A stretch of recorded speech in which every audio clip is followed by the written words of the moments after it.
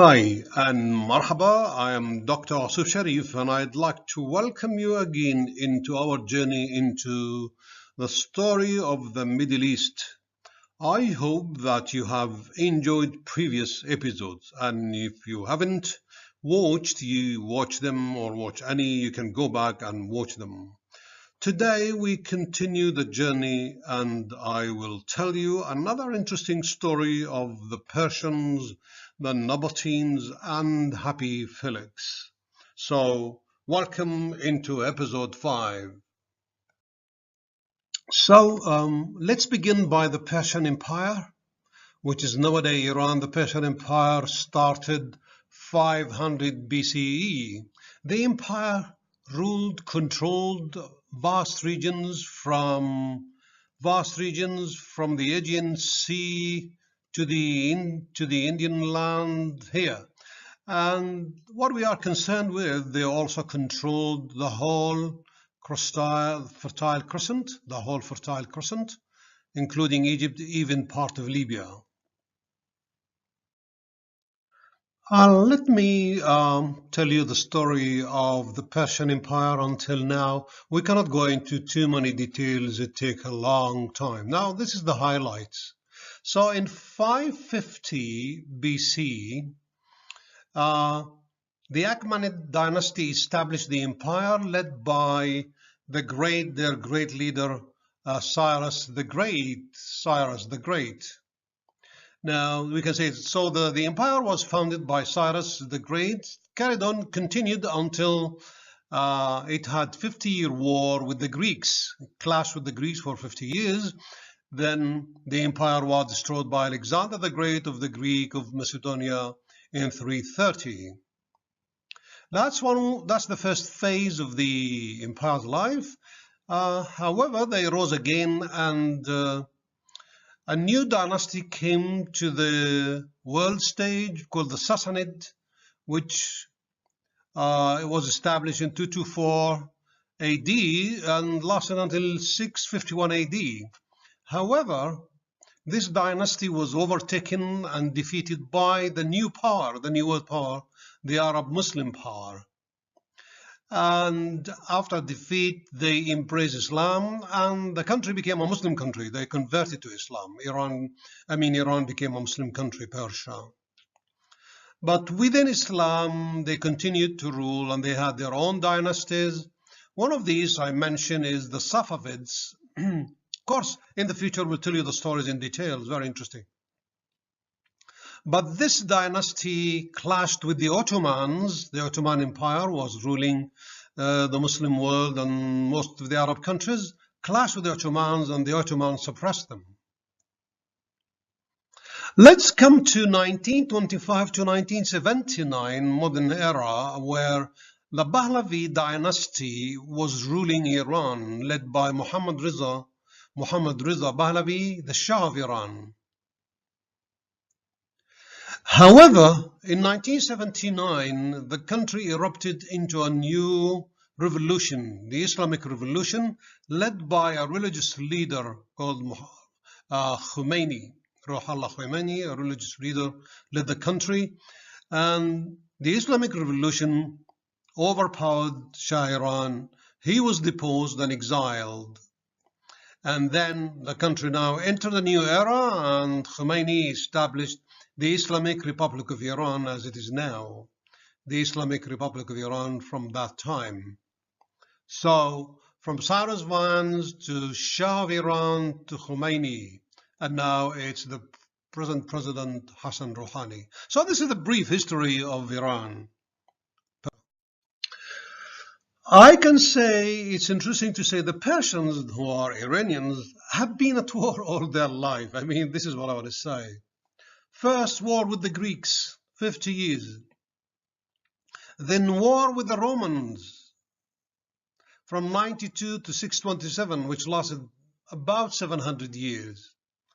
Then they entered the war with the Iraqis in 1980, which lasted 8 years.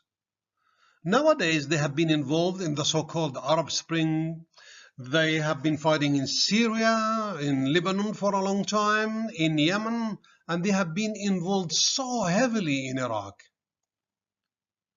And at the moment, they have entered into Cold War with the Americans and most Arabian Gulf countries. This might explode into war anytime.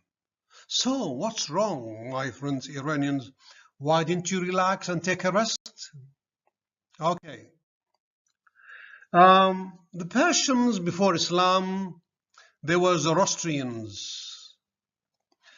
Their prophet was Zoroaster, and they believed in one God called Ahura Mazda. And they believed he is the creator God. And this is one of the oldest religions in the world, but they believed in fire. They worshipped fire somehow.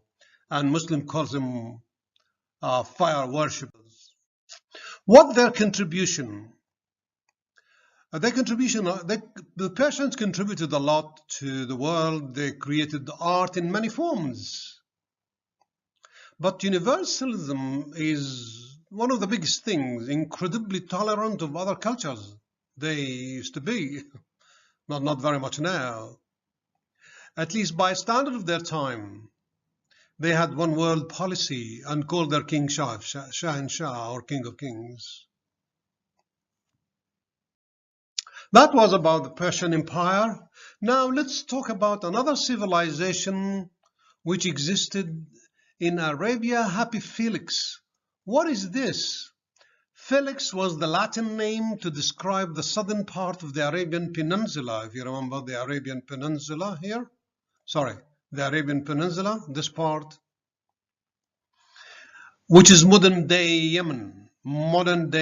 So in the southern part, Arabia Felix, coined by the Romans, means fertile, but also happy, fortunate, and blessed. This land was prosperous, green into this empty quarter. Around them, all desert.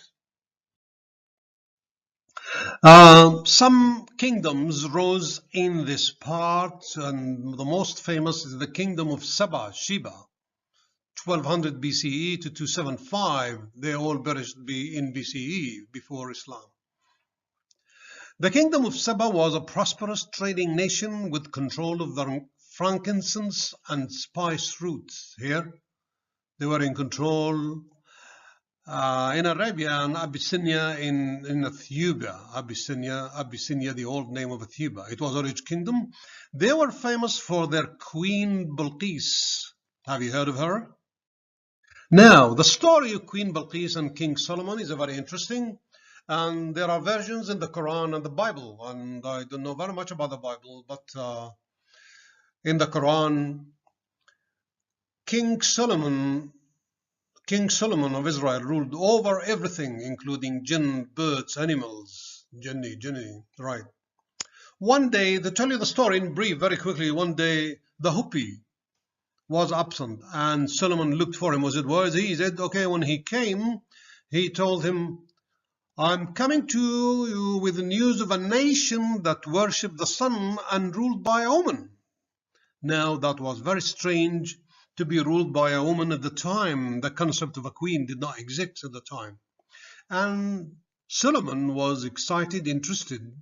Then he sent them a letter telling them, I heard you worship the sun. Come to me as Muslims. Now, the idea of Muslims is not nowadays now. It means submit yourself to God and to one God, because Solomon was worshipping our God. Bilqis was very wise and she received the letter. She discussed with her counselors who urged her to fight, but she said, we will not fight. She chose diplomacy because she knew that Solomon was so powerful. He had a powerful army and he ruled everything. So she took presents, so many things, gold, slaves, and she went to visit Solomon. She arrived and he received her. She could see a huge kingdom, never seen before. Anyway, she converted to Islam.